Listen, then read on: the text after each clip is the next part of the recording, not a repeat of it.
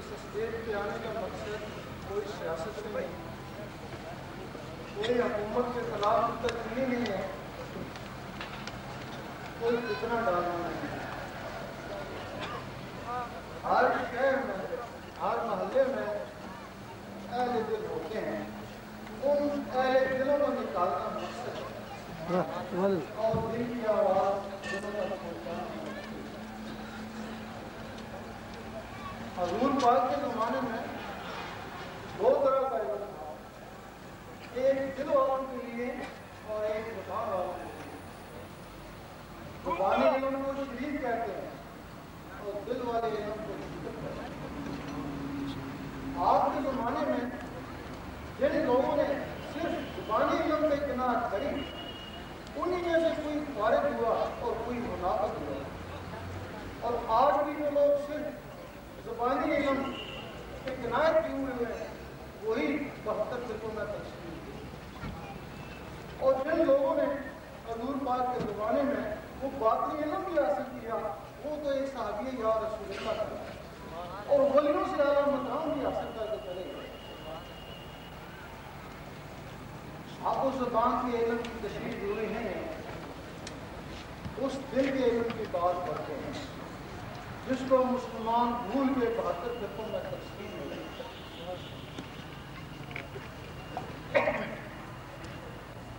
ہمارا پہلا رکن وہ باطنی علم ہے، تم نے اس کو سمجھا نہیں۔ پہلا رکن کیا ہے؟ پہلا رکن کلمہ، حدیث بھی کلمہ طیب افضل ذکر ہے۔ کہ کلمہ ذکر میں ہے، تو قرآن مجید ذکر کیے فرماتا ہے اٹھتے بیٹھتے عطا کرتے لیتے میرا ذکر ہے۔ یہ تمہارا پہلا رکن ہے، تم نے اس کو چھوڑ دیا، تمہاری پہلی سنت ہے۔ جب حضور پاک کے زمانے میں وہ لوگ مسلمان ہوتے تھے تو وہ کیا کرتے تھے؟ اس وقت نمازیں اتری نہیں تھیں، نمازیں تو کئی سال بعد شب معراج میں اتری۔ اس وقت وہ لوگ ہر وقت ذکر الہی کرتے تھے، ذکر الہی سے ان کے سینے منور ہوئے، اور جب نمازیں اتری تو حلقوں میں نہیں اٹکی، سیدھے سینوں میں گئی۔ اور تمہارا قرآن مجید کا پہلا لفظ الف لام میم وہ بھی ذکوریت میں ہے، اور تم نے اس کو چھوڑ ہی دیا کہ حروف مقطعات ہے، آگے چلو۔ یہ بنیادیں تھیں، اور تم نے بنیادوں کو چھوڑ کر مکان بنانے کی کوشش کری، وہ مکان بن نہیں سکا۔ وہ مکان بنا نہیں، ادھر گیا وہ دیوار ادھر گری بنائی، وہ بندی ہو گئی، ادھر گر گئی مرزئی ہو گئی، ادھر گر گئی صحابی ہو گئی، وہ 72-73 فرقے بن گئے۔ اللہ سے اللہ ہے کہ اللہ کا ذکر کر، اگر اس کی جلالت سے ڈرتا ہے نام نبی اسباب لا الہ الا اللہ کا ذکر کر، سبحان اللہ۔ اگر نبی اسباب سے بھی ڈرتا ہے، ٹھنڈک چاہتا ہے تو میر محمد رسول اللہ کا ذکر، اسی سے تو رب کو پا جائے گا۔ اگر ان تینوں الفاظ کی توفیق نہیں ہے تو پھر قرآن میں لگا ہے۔ الف لام میم یہ نور سے ہدایت ہے۔ اللہ تعالیٰ فرماتا ہے جس کو چاہوں نور سے ہدایت دوں، اور باقی جو کتاب وہ کتاب سے ہدایت۔ ایک بزرگ تھے حضرت عبداللہ بن مبارک امروزی، ان کو راضی الفریقین کہتے ہیں۔ دل والے بھی ان سے راضی ہیں، زبان والے بھی ان سے راضی ہیں۔ انہوں نے دل والوں کو ذکر اللہ سے سدھارا اور زبان والوں کو قرآن مجید سے سدھارا، تب ان کو راضی الفریقین کہتے ہیں۔ یہ قرآن مجید میں اس کے اشارے ہیں اس بات میں علم کے کہ خضر علیہ السلام کو علم کا تم نہیں تھا، اشارہ ہے وہ علم نہیں۔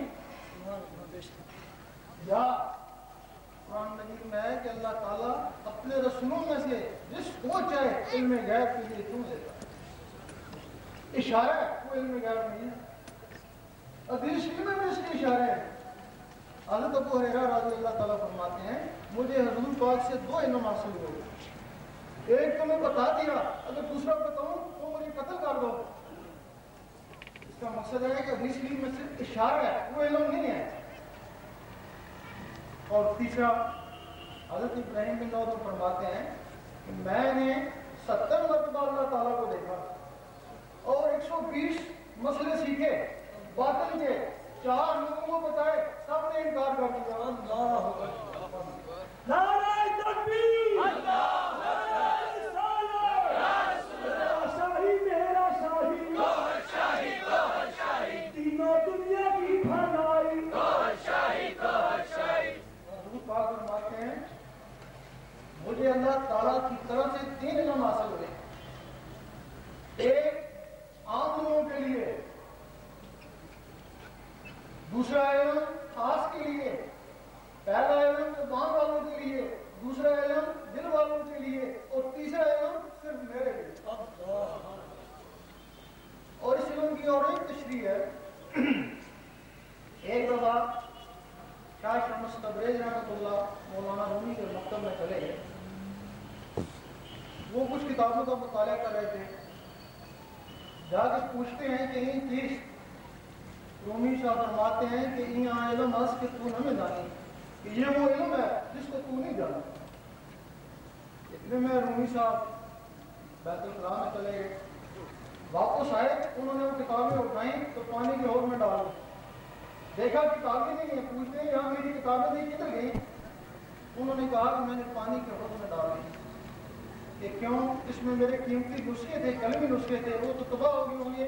انہوں نے کیا گھبراتے کیوں؟ میں بھی نکالتا ہوں، جب پانی کے حوض سے نکالیں تو اسی طرح خشک تھی۔ اس وقت مولانا رومی نے کہا کہ نہیں چیز، انہوں نے کہا کہ آئے علماء کی تو نہ میں جانتے، یہ وہ علم ہے جس کو تم نہیں جانتے۔